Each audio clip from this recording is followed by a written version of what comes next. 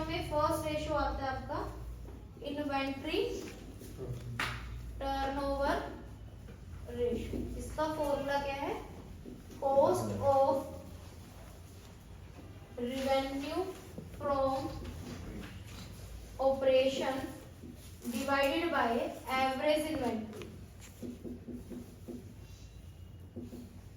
बेटा जो cost of revenue from operation है उसको हम कॉस्ट ऑफ गुड्स सोल्ड भी करते हैं, जो हमने +1 में लिया था। कंपनी इसको cost of revenue from operation बोलती है, अदरवाइज इसको हम क्या बोलते थे? Cost of goods sold. ठीक है, तो इसके 3-4 एग्जांपल तो अपने +1 वाले हैं फॉर्मूले। फर्स्ट फॉर्मूला इसका क्या आता है?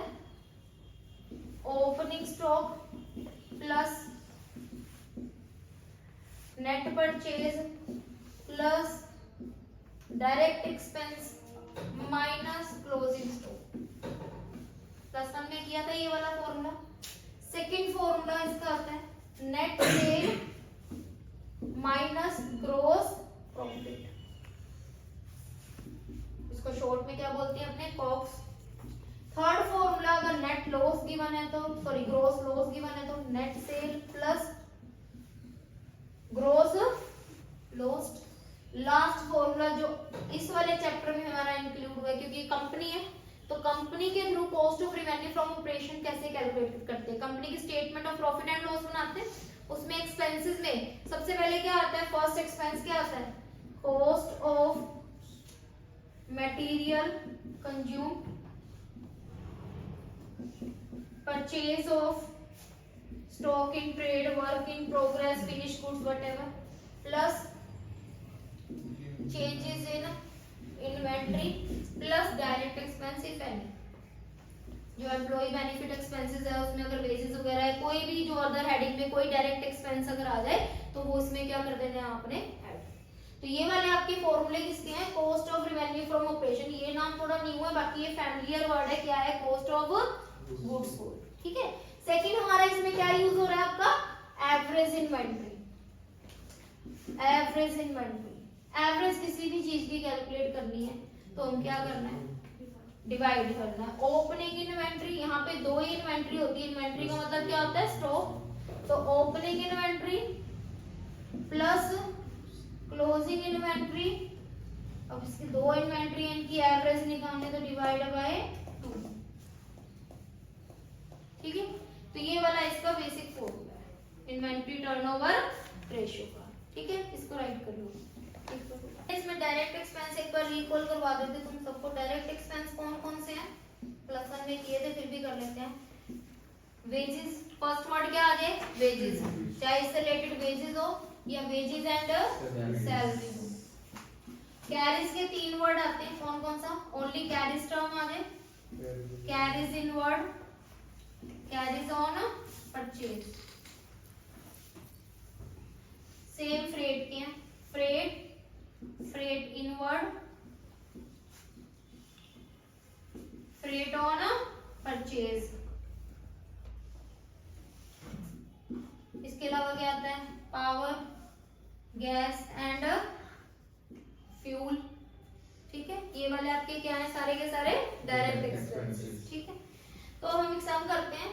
अब इसमें क्या है आपका? क्या कैलकुलेट करना है इस वाली टर्म से? Inventory turnover ratio. क्या फॉर्मूला है? Cost of revenue from operation. अब इस फॉर्मूले के हमारे पास कई सारे फॉर्मूलाज हैं, तो फर्स्ट ऑफ देखो कौन सा स्ट्रांगली अप्लाई होगा। ठीक है, अब इसमें देखो ओपनिंग इन्वेंट्री, परचेज और क्लोजिंग इन्वेंट्री। डायरेक्ट एक्सपेंस कई बार हो भी सकते हैं, नील भी हो सकते हैं, बट ये 3 आइटम होनी चाहिए। अब ये 3 आइटम है तो हमारा कौन सा स्ट्रांगली फॉर्मूला यूज हो रहा है? First one. तो ओपनिंग स्टॉक कितना गिवन है हमारे इस क्वेश्चन में? ₹2 लाख। नेट परचेज दोबारा याद करवा देती हूँ, क्या होती है? Purchase minus purchase return.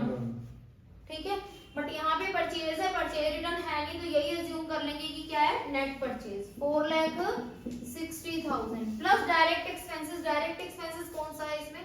Carries inward and wages. Freight जो आउटवर्ड है वो इनडायरेक्ट है, फ्रेट इनवर्ड होता तो वो डायरेक्ट होता। तो 2 डायरेक्ट एक्सपेंस है, मैं टोटल लिख देती हूँ, डायरेक्ट 20 और 30 कितना हो गया? 50,000 minus closing inventory. Closing inventory इस क्वेश्चन में कितनी है? 60,000। तो what is the amount of cost of goods sold? बताओ कितनी हो गई 60,000 यहाँ से माइनस हो गए 6 लाख, ठीक है 6,50,000 cost of revenue from operation. अब हमें क्या चाहिए second average inventory. Average inventory का क्या फॉर्मूला है opening inventory plus closing inventory divided by 2। तो ओपनिंग इन्वेंट्री हमारे पास 2 लाख है, क्लोजिंग इन्वेंट्री 60,000 है, 2 lakh plus 60,000 divide by 2 is equal to 1,30,000। तो 6,50,000 डिवाइड बाय 1,30,000 जो आपका आंसर आएगा वो किस में आएगा, इसमें यहाँ पे किस में लिखना है टाइम्स, ठीक है दिस इज योर आंसर, ठीक है। अब यहाँ पे cost of revenue from operation का तुम्हें पता लग गया ये वाला फॉर्मूला क्यों यूज किया हमने, क्यों यूज किया, स्ट्रांगली आपकी यही चीजें गिवन है। अगर क्वेश्चन में मान लो नेट सेल दे रखी होती और ग्रॉस प्रॉफिट होता, यहाँ नेट सेल का भी सुन लो। क्वेश्चन में नेट सेल के लिए कंपनी नेट सेल के लिए क्या टर्म यूज करती है रेवेन्यू फ्रॉम ऑपरेशन। कई बार तो इसमें बड़ा कंफ्यूजन होता है।